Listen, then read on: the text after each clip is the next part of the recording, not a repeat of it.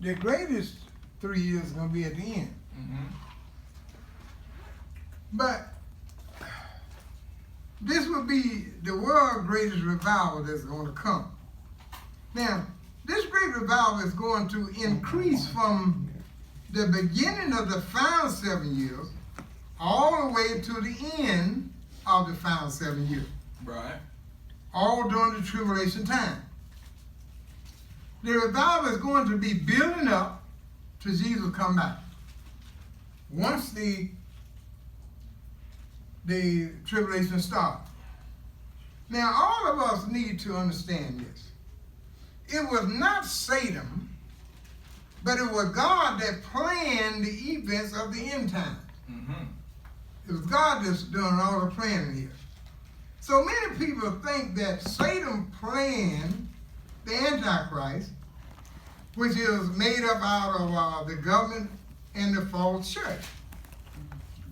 But it was not Satan, it was God that planned the end time. So God let things happen that way, knowing that the end would come. So we blame it all on Satan. But we need to realize that Satan did not plan these events. Our God is the one who planned these end time events. Uh-huh. And he planned them all to create the conditions for the world's greatest revival. Yes. Because this earth will be in a chaos just before Jesus returned to this earth. Mm-hmm. Now, we know the apostles had great revivals Mm-hmm. in the early churches. Right. But I'm talking about a revival that will be much better than what they had in their times. Because in today's time, we have 28 times more the population on earth today Mm-hmm.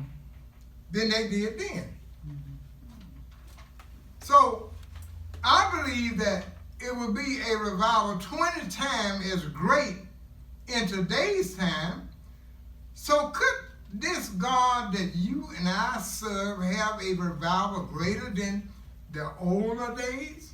Amen.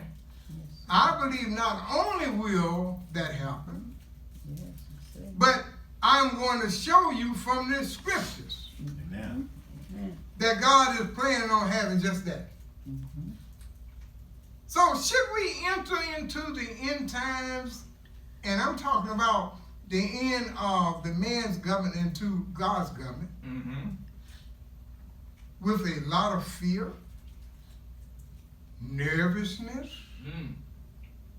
and uncertain? Or should we enter with enjoyment Mm-hmm.